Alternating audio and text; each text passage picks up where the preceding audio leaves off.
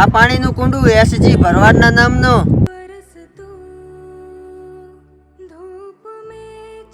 આ પાણીનું કુંડું મિસ્ટર આનંદના નામનું.